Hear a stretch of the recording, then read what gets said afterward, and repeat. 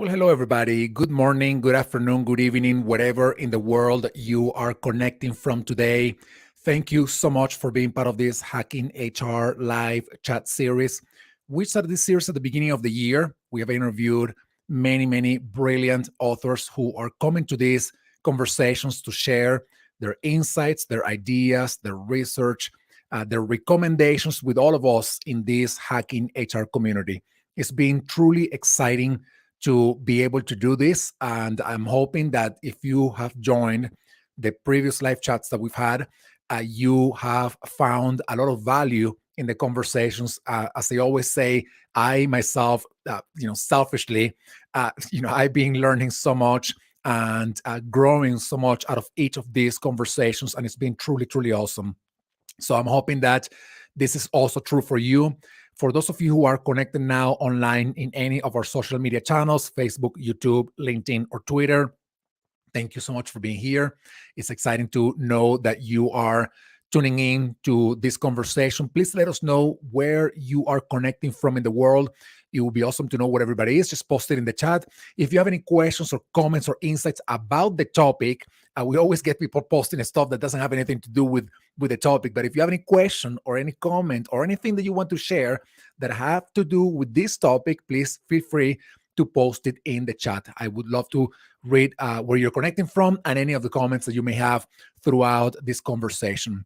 If you have missed any of the previous Hacking HR live chat series, the conversations that we've had, you can go to our website, hackinghr.io, and there's a link in there where you can click and you will find all of the previous conversations. There's a lot of variety about different topics this month. Well, last month, actually, today's June the 1st when we are doing this, but last month, May, was Mental Health Awareness Month, and most of the conversations were focused on all things mental health. But for us, the work on all things mental health that didn't end yesterday, May the 31st. So we will continue talking about this. So you will find a lot of great conversations in there, and you will continue to find more about mental health and many more topics. So today is, by the way, when we're doing this live, it's June the 1st, but we continue to be energized about topics that have to do with mental health. And we're going to talk today about a topic that I find so fascinating. And we are going to dig deeper into the meaning of it and what it is about. But we're going to be talking about joy. So today, I'm super excited to have invited Sophie, the author of the book, Choose Joy, Relieve Burnout, Focus on Your Happiness, and Infuse More Joy in Your Everyday Life. What a fantastic topic. So I'm going to welcome Sophie now to the screen with me. Hello, Sophie. Good afternoon to you. How are you? Hello, I'm good. How are you? I'm good. Thank you. Super excited to have you here with me today. Thank you so much for joining. And to kick off our conversation, I would love for you to introduce yourself to our community. Let us know more about who you are, the work you've done, anything else that you want to share. And definitely, please tell us about those guitars or instruments and all the musical stuff going on in the background. I would love to be able to tell you that I play in a band or that I'm a really cool musician.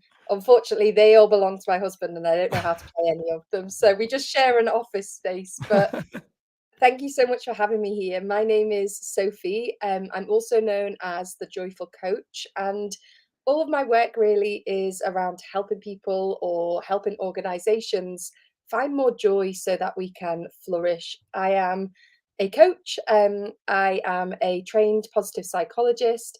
And I'm also, like you said, the author of, I don't know if you can see here on the screen, Yeah, there you a go. book which came out in November 2022.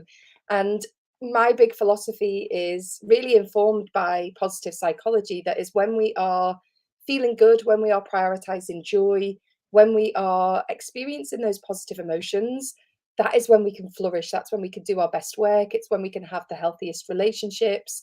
It's when we can take care of our own health. It's when we can be more resilient. There's lots of research that shows joy can make us smarter. It can help us to work better as teams. And I get just so excited about that. I get so excited about what the science tells us and how we can put that into action. Because I think for a lot of us, we've been told the opposite. We've been told that, we have to just rely on hard work and we have to put our Yeah. heads down, and life is heavy and hard, and it is, of course, there are these challenges that are thrown at us all the time. But I really believe that finding that positive approach, finding that joy, can help us to navigate all the twists and turns, and can help us to flourish and to thrive. And so that's what I do. I help individuals in my coaching practice, and I help organizations through my business, Joy Futures, delivering workshops and training and consultancy to help organizations bring the joy back to work as well. Oh, that is fantastic, Sophie. Thank you so much. And I will want to go and define what joy is. But before getting there, I want to ask you, why joy? Why did you choose the topic? Why did you choose joy as the topic of your book? Yeah. So this is not the space that I've always worked in. I actually Mm, spent the first 10 years of my career working in big corporate. So I worked for the Walt Disney Company. I worked for a company called Hallmark Cards that have got a global presence. I worked for some smaller tech startups, and always in a sort of sales and marketing space. And I was someone who, on paper, had a really great career. It all looked like it was going to plan, but it didn't feel that way to me. It didn't feel mm, joyful at all. In fact, it felt like a real slog. I had those Sunday night blues every week, and Monday morning would be really hard. And it was not because of where I was working or who I was working with. I worked for brilliant companies. I was well rewarded. I was well looked after, but it just wasn't the thing that was sparking joy mm, for me. And it was actually a bereavement in my personal life that happened in 2016 that changed things for me. Instead of sort of chasing those traditional markers of success, I had this real sort of moment of thinking, wow, life is short. mhm. None of us know how long we have got here. And of course, you hear those things written on Instagram posts and, easy quotes. But it was that moment that really brought that to life for me. And I felt like I didn't want to just spend the rest of my career ticking boxes that didn't feel good to me, or Yeah. chasing promotions, or going down routes that didn't feel true to me. And so it was at that point I started to consider retraining and thinking about what a different career could look like. And I stumbled across positive psychology actually as a tool that was helping me to process that bereavement, to bounce back from a period of burnout following that bereavement. And I became so fascinated by positive psychology and this idea that, we can learn how to flourish. It's not just something that some people are happy and some people aren't, or some people are joyful and some people aren't. It's a practice. It's something we can build. And the more I looked at that in my personal life, the more I wanted to bring those tools to a wider audience. And I actually ended up going back to university. I did a master's in positive psychology. And I think one of the things that I kept coming back to with joy specifically is that it is something that we can cultivate. It's something Mhm. that we can practice, that we can build. It's a muscle that we can strengthen. And I think that's sometimes different to how it's talked about in the media. It's sometimes seen as like, we'll be happy when, or we'll feel joyful when. We don't think about it as, this is something we can build. This is a muscle. This is a practice. And I think as soon as I realized that, I wanted to give people the opportunity to build that. And I wanted to take all of this fantastic research, which is, you know, really thorough, really in depth, but sits behind lots of, paywalls, or sits in fusty old libraries. I wanted to bring it out and turn it into something practical so that we can benefit from it. I'm a big believer. I've done academic research myself, and I'm a big believer that it's only useful if we can put it into action and if we can make use of it. So that is what really has inspired me to focus on joy, to build my business around that, and to write about it, is to get that information out there. Wow. You mentioned that you chose joy as to be part of your life, but also to be the topic of your research and your work after the bereavement period you went through, and the grief and whatnot.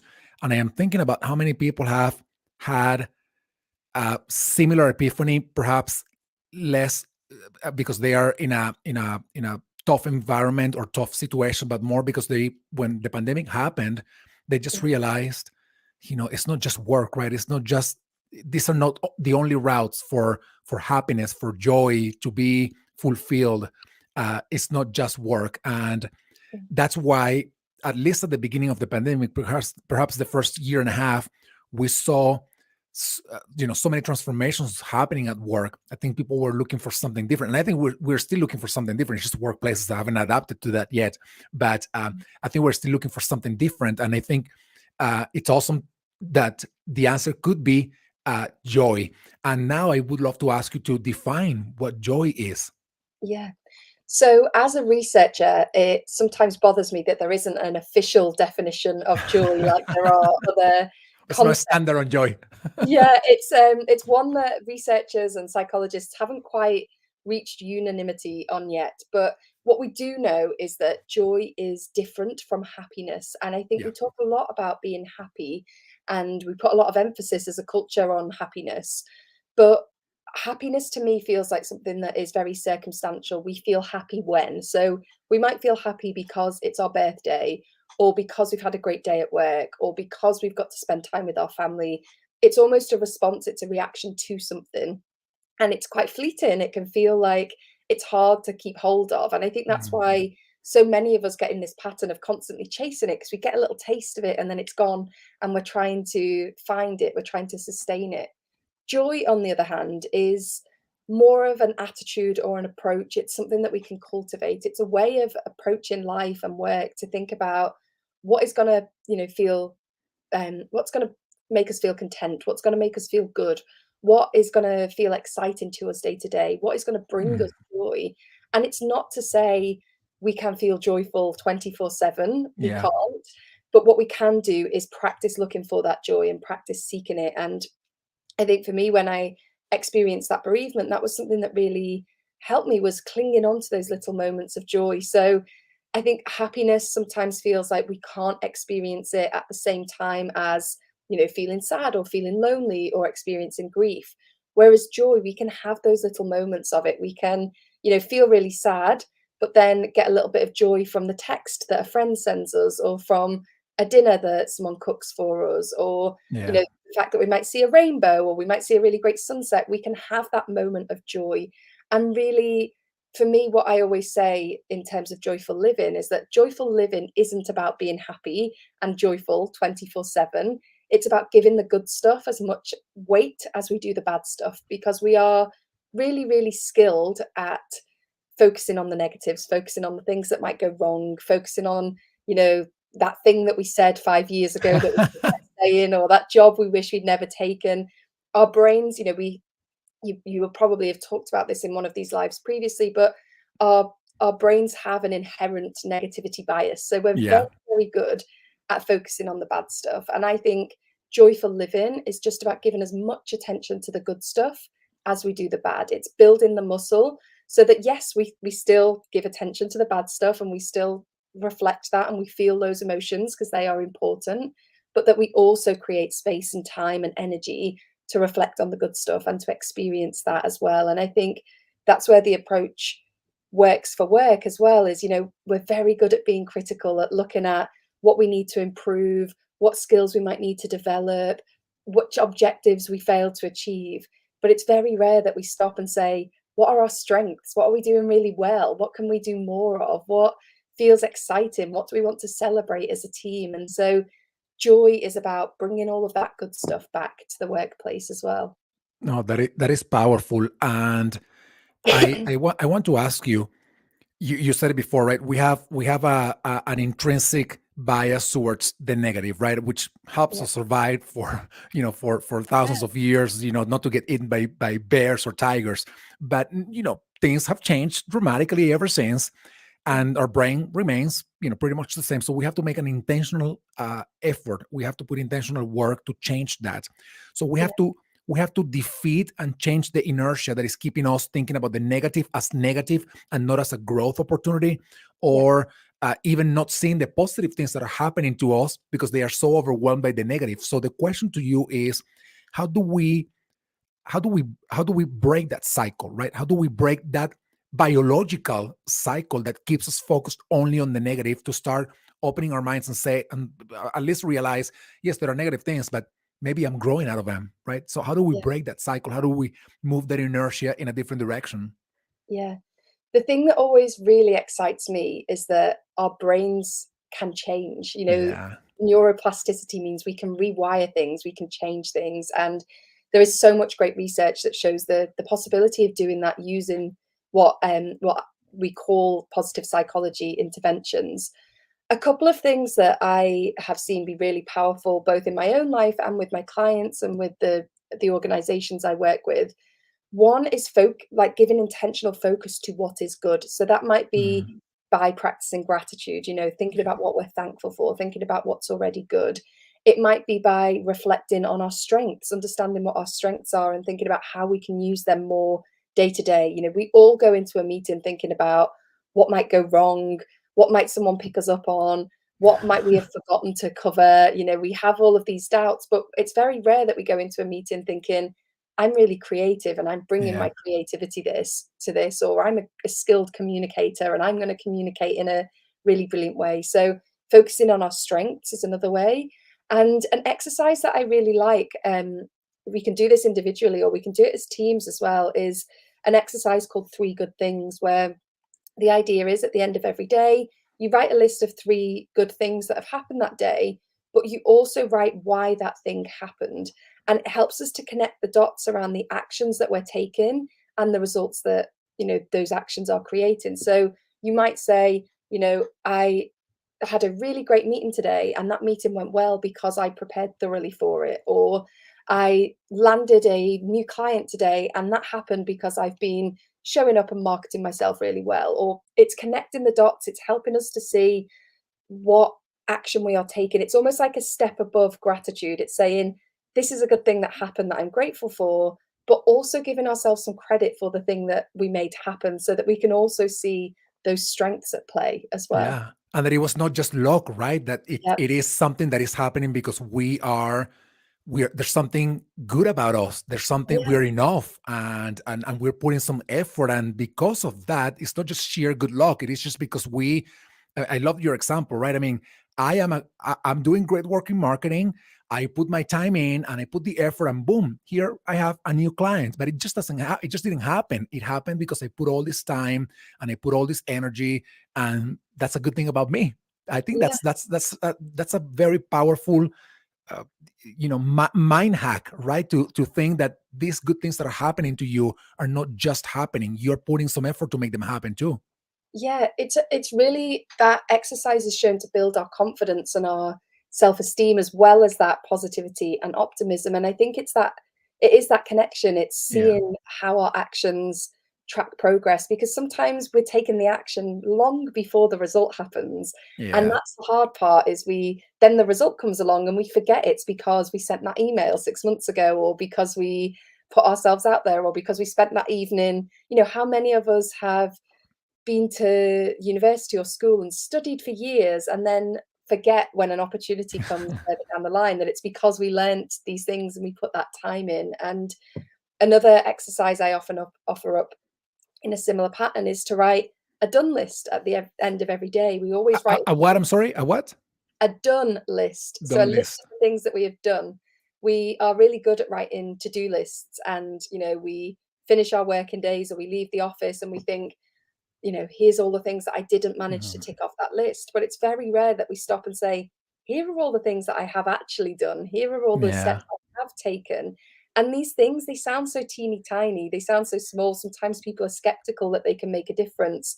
But it's these little tiny tweaks in our, thinking, these little shifts in our patterns of thinking that start to rewire that brain, that start to help us find those positive connections and put less weight on the negativity and more weight on the positivity. Oh, that is fantastic. By the way, I never do that. Don't list. I'm gonna have to start working on it, because I think, I don't know. I mean, it happens to me. I reflect about the end of each of my days, and all I can think about is how hard I am on myself. When I'm thinking about the things that I actually didn't make happen, and Yeah, because the thing that happens in the mind is that when something didn't happen, you don't think, well, the client needs to take more time to think about. You think, I haven't put enough work to get that client with me. You don't yeah, think, there aren't enough people joining our community, and then you think, well, it's not that they don't want to join, it's that I'm not doing enough work, or that I suck at what I'm doing, right? So you end Yeah. up turning what you didn't do into a negative story about those things not happening because you are not enough, or because you didn't do enough, or because you didn't become enough, or because you didn't, you are not enough. And that's really rough, when you kind of approach life that way.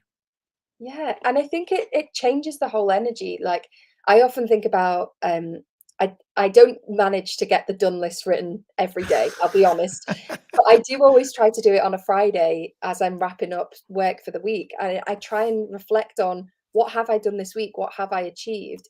And for me, what I find is it changes the whole energy of how I spend that weekend. Because Yeah. instead of going into the weekend thinking, I didn't send that email, or I didn't hear back from that client, or I didn't, you know, whatever it might be on the list that I didn't get round to. Instead, I can go into that weekend feeling like, wow, look what I did do. And we've always Yeah. done more than we haven't done. We've always ticked more things off than are still remaining on the to-do list. And just taking that moment to reflect in that, it can really change, how present we are in the rest of our lives, how we feel come Monday morning when we're coming into the office, because we've had that little boost of, I've done these things that make me feel good. I have achieved things. I can see progress.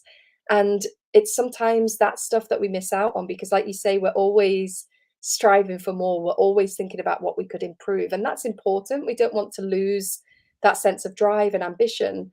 But by soaking in what we're already doing, by soaking in our strengths, by giving ourselves credit, we can boost that sense of motivation. We can come up with more ideas. We can create more energy to help us keep driving forwards towards our ambitions. Yeah. And there's another thing that happens now. Biologically, we're driven for immediate results, right? We want Yeah, things to just, if we find a tree full of fruits, we're going to try to eat all the fruits, right? Because yeah, we don't know if we're going to find fruits ever again. And that's why we want those things to happen right away. But now, especially because of social media, I would say, you see the lives of other people, you see how many followers they have, you see how yeah, engaged their communities are with them, you see where they are in their lives, especially if they are younger than you. And then you yeah, think, why hasn't that happened to me? Right. And then it happens in your mind that you are putting the effort.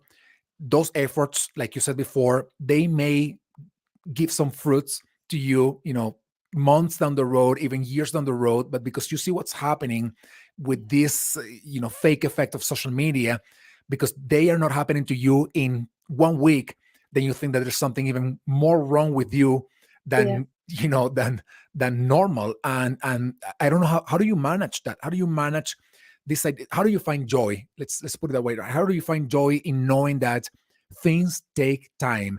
And if for somebody else it actually happened in 1 week, it doesn't mean that it's going to happen for you in 1 week. And if it seems actually that it happened to them in 1 week, it doesn't really mean that it actually happened to them in 1 week. It could have taken them. There's this um, American actor from the 30s or 40s, Eddie Cantor, and he has this quote that says, "It took me 20 years to become an overnight success." I yeah, never forget that, because everybody's like, "Whoa, this guy like came out of the blue, and look how famous and how awesome it is." The guy put the work in, but nobody saw that work. So how do we find joy in that process, in knowing things take time, and what happened to others, and it doesn't have to happen the same way to me? yeah.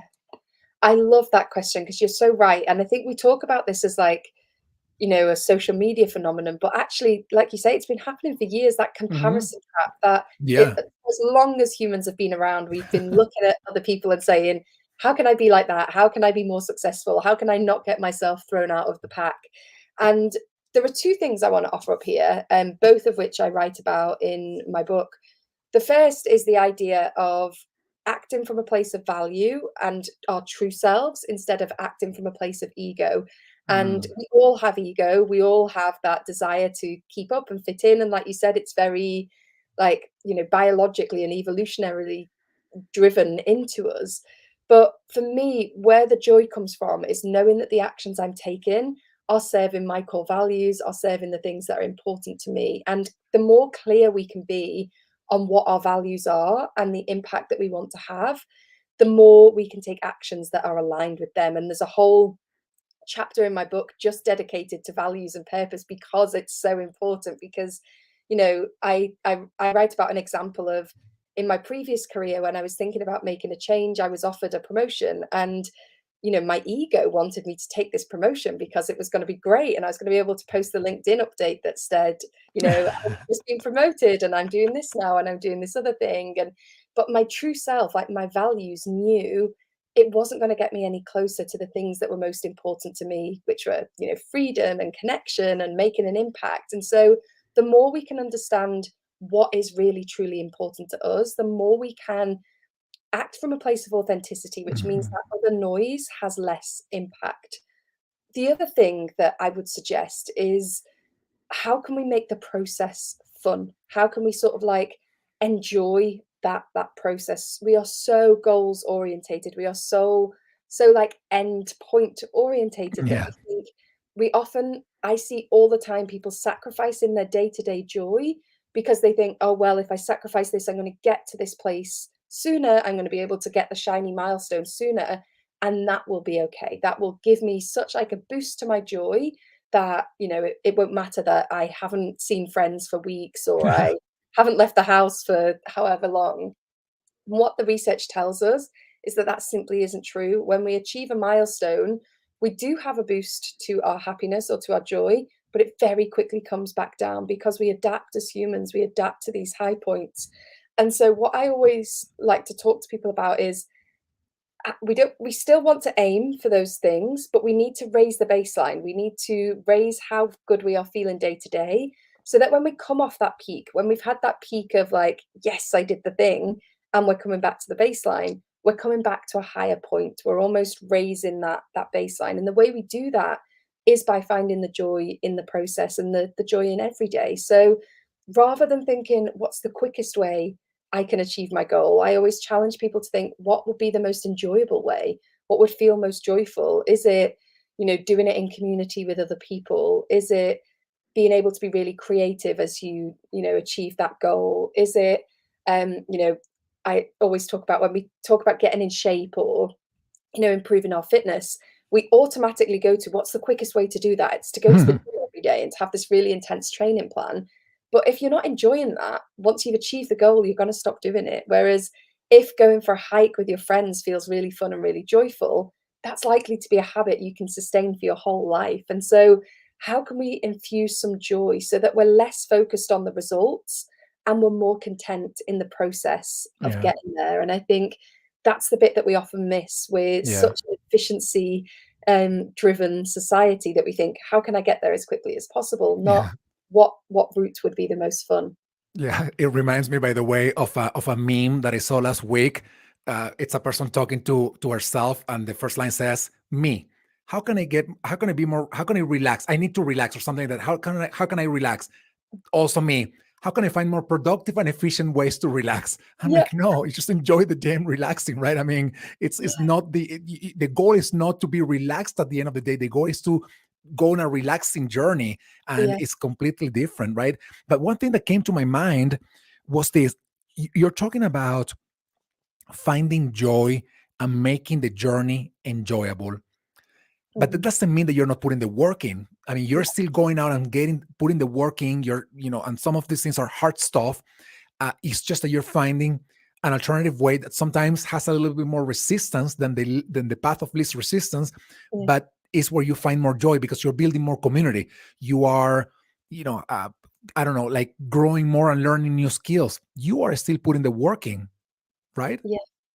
Absolutely. And that, one of the things that I find really interesting, when you look at the foundations of joy, joy isn't just about kicking back and relaxing and everything being easy. When you actually look at what the science tells us about how we find joy, there are some really key components, things like connection, which we would Yeah, expect, things like gratitude and being able to savor a moment, but also lifelong learning is a really important part of joy. Flow, the idea of flow and being yeah, absorbed by something and being in the moment. That's not about it being easy. It's about having an appropriate level of challenge. It feels good to get out of our comfort zones, to achieve something, to push ourselves. And, movement is a really important part of joy. Like I say, learning new skills, sharing those new skills with others. And I think sometimes that's where joy again is different from happiness. Happiness might be laying down on the sofa, watching your favorite Netflix show, eating, a bar of chocolate.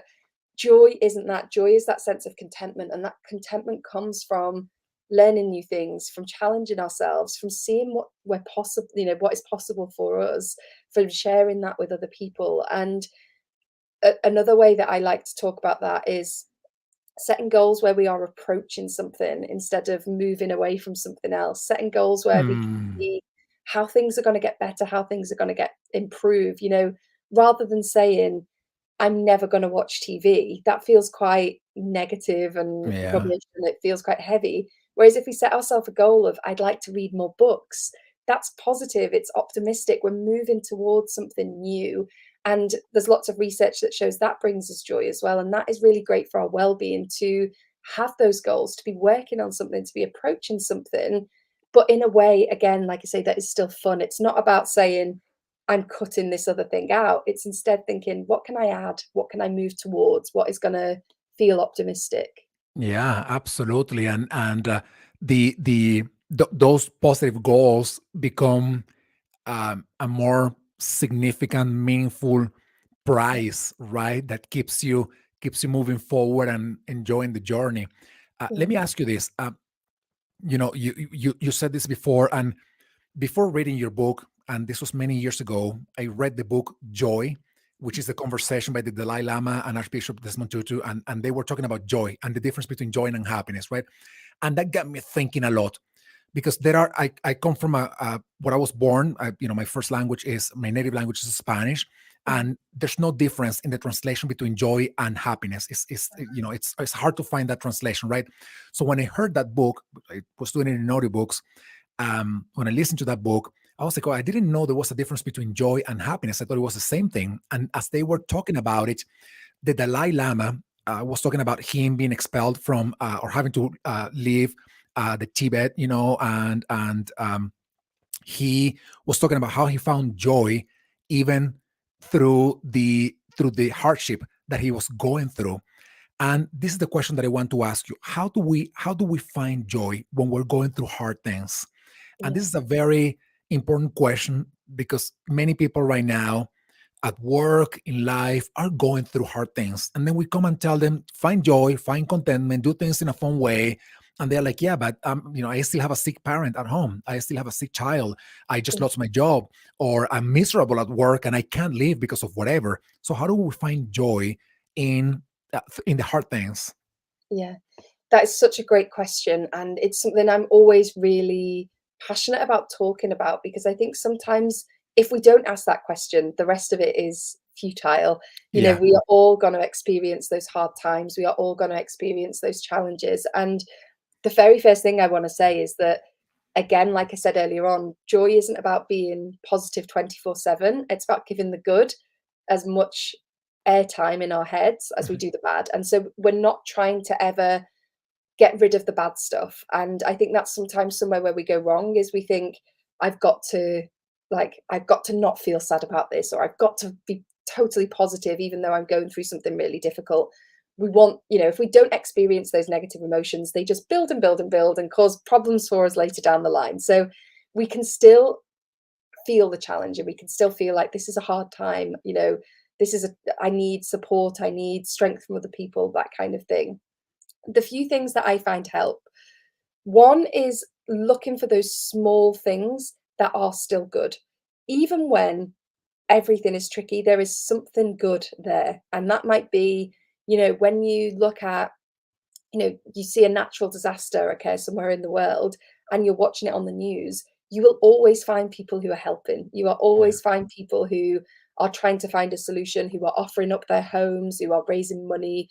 Similarly, when I think about the bereavement that I had, it was really, really hard, but there were neighbors who knocked around and said, here you go, we've cooked dinner for you. Or there were friends who sent a nice text, or there were people who did kind things. And the more we can focus on those things, the easier it is to feel that sense of joy. Because even though we know we're in a tricky place, we know that that connection still exists, that community is still there, that hope still exists.